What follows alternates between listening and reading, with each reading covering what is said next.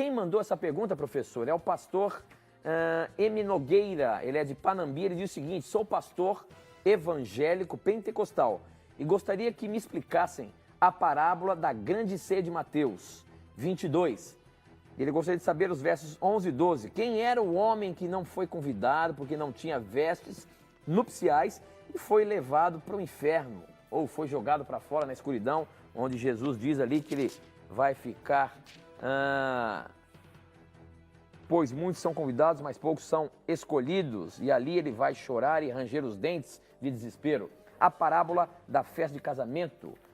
O pastor quer saber o que significa essa parábola em si, professor. E quem é essa pessoa que não recebeu as vestes e estava lá de bicão?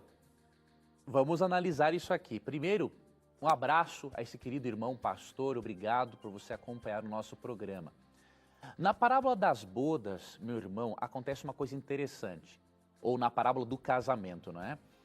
Os convidados que não estavam vestidos, ou melhor, os convidados que estavam vestidos adequadamente para a cerimônia do casamento, permaneceram no casamento. Um que não estava vestido adequadamente foi tirado fora. Essa pessoa representa, esse tirado fora, representa aquele que não aceitou as vestes da justiça de Cristo.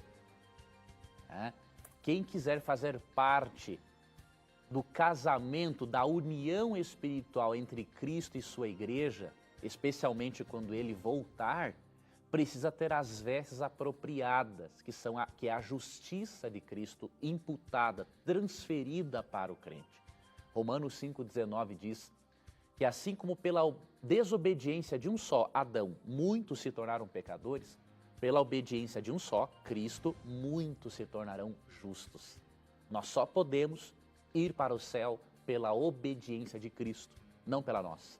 E para isso, precisamos aceitar as vestes nupciais, que representam a justiça de Cristo, até como lemos ali também em Apocalipse capítulo 19.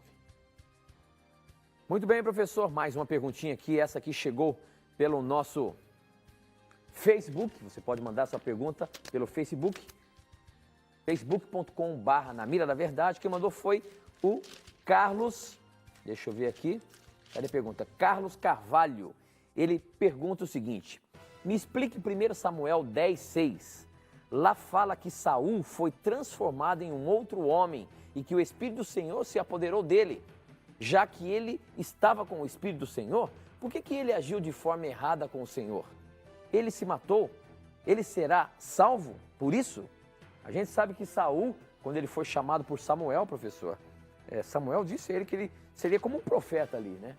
E depois a gente vê que Saul teve aquele problema com Deus ali, se afastou de Deus, tirou a sua vida. Saul foi salvo ou não? Veja, amigo telespectador e ouvinte, nenhuma pessoa que tirou a própria vida, mencionada nas Escrituras, perdeu a salvação porque se matou, né? Quando fazemos uma análise desses textos, percebemos que a pessoa perdeu a salvação porque rejeitou a Deus. Então é uma coisa diferente. Então devemos ter cuidado quando afirmamos por aí uma aberração de que todo suicida irá se perder. Isso não é bíblico, isso não é verdade, mas eu não vou entrar neste ponto agora.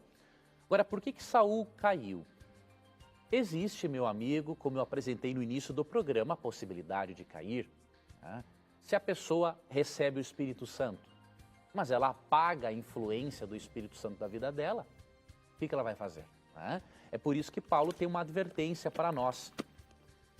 Em 1 Tessalonicenses, capítulo 5, porque Deus nos chama e nos salva pela graça, mas Deus não vai nos obrigar a permanecermos nele.